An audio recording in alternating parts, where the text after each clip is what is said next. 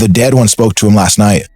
That was the first thing Staff Sergeant Elias Miles said after returning from the recon sweep, staggering into the half-collapsed stone outpost they now called Camp Echo, mud-caked to the waist and clutching his rifle like it might run off without him. His eyes were bloodshot, face drawn into something more animal than man. Private Geller chuckled nervously. How else do you react to madness? But Lieutenant Harper didn't laugh. She simply nodded, calm as ever, and ushered Elias into the tent for a debrief. It was day 16 in the Korengal Valley. 16 days cut off, no comms, no resupply. 5 soldiers left. Barely enough ammunition to hold off an ambush if it came, and they all knew it might. The valley was aptly nicknamed the Valley of Death. They were stationed on a hill too steep to run from, surrounded by ridges too silent to trust. 3 soldiers were already gone. 2 in ambushes, 1 from an IED that left nothing but a hand and half a boot behind. And then there was Donnelly, who had vanished 2 nights ago on perimeter patrol. No shots, no scream, just gone. Harper kept her voice even. You said the dead one spoke to you. Elias nodded. He stepped out from the trees. Same boots, same rifle. His face? He looked away, shivering. His face looked stretched, like the skin wanted off the bone. You hallucinated, Harper replied softly. Stress, sleep deprivation, it's normal. Elias shook his head. He said we forgot him. Smiled when he said it, like he liked being left behind. You need rest, Sergeant. He wants us to follow, Elias said, his voice cracking. Wants us to see something. Harper wanted to dismiss it, wanted to pin it on trauma and fear and sleepless nights. But Elias wasn't a man who broke easily. That night, she lay awake, rifle at her side, heart pounding at every gust of wind slipping through the outpost cracks. Something crunched outside. Footsteps? She crept to the narrow wall slit and peered through. Someone stood at the edge of the firelight, face down, still as stone. It was the uniform she recognized. Scuffed boots, torn name tag, rifle slung over the shoulder, just the way Donnelly used to carry it. She moved fast, bolting outside with her weapon raised. Who goes there? Identify yourself! The figure didn't move. Geller stumbled out behind her, weapon half raised. What the hell's that? The figure lifted its head. It wasn't Donnelly. It wasn't even alive. Its face stretched too wide in a ghastly grin, lips split and dried at the corners, teeth bared like sun-bleached stones. The skin hung loosely like wet cloth. Then it spoke. Come find me. And it turned into the woods and vanished without a sound. No one chased it, no one spoke. The next morning, Harper gathered them. 5 remained, herself, Elias, Geller, Reyes, and Martinez. We follow it, she said. We sweep the East Ridge. This is no longer a search and rescue. We're dealing with something unconventional. You think that was Taliban? Martinez asked. Elias whispered, is older than Taliban. They moved in silence through the dense fir trees, the smell of rot and pine syrup thick in the air. No birds, no wind. Just the sound of boots over wet leaves. After 2 hours, they found the helmet. U.S. Army issue, tied to a tree with paracord. Dried blood caking its crown. Below it, half buried, were dog tags. Dozens. Some of the names they recognized. Soldiers marked MIA from years ago. Someone's collecting them, Geller said. No, Elias muttered. Something is. Soon, they reached a clearing, 2 perfectly round. At its center, the ground was scorched, black and crack. A pit yawned open in the earth, so black it looked painted on. They circled it, peering in. It didn't seem deep at first, until they saw there was no bottom at all, just an infinite consuming dark.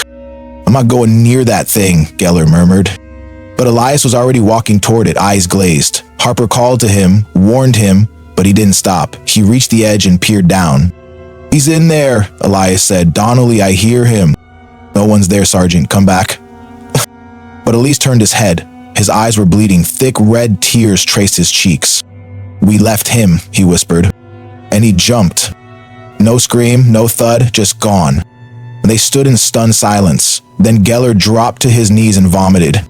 That night, the 3 who remained camped far from the pit, but its presence felt close, like it breathed under the earth. Harper took first watch. She was tense, hands clenched on her rifle, mind spinning in endless, useless loops.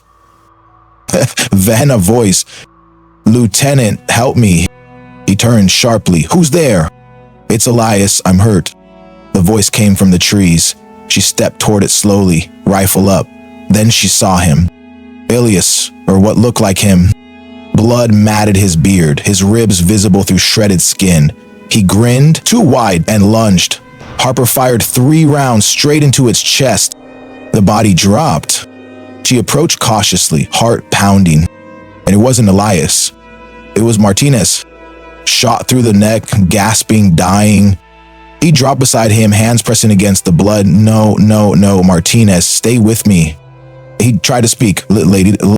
His eyes fluttered. No, man. And he died.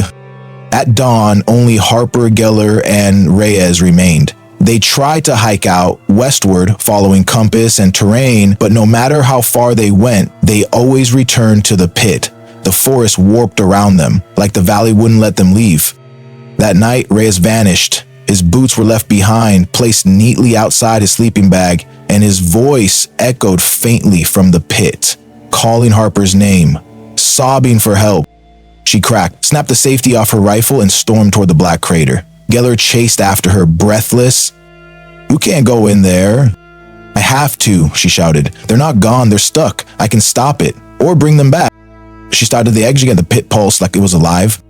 Then the faces rose. A dozen of them, uniforms in tatters, skin peeling, hollow eyes, staring, familiar names, familiar pain. You left us, they said. We tried to bring you home, Harper said, tears burning.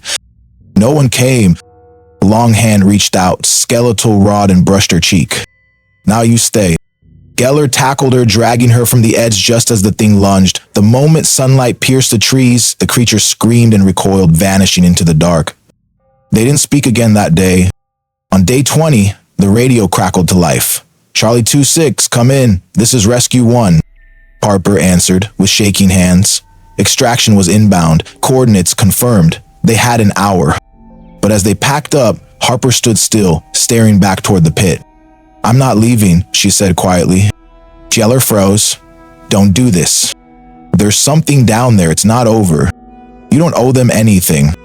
I left them, she said. I knew Elias wasn't crazy, I left them. If I go, maybe I can finish it, maybe bring one of them home. That's suicide. No, she said, it's justice. And she turned, walking into the trees alone.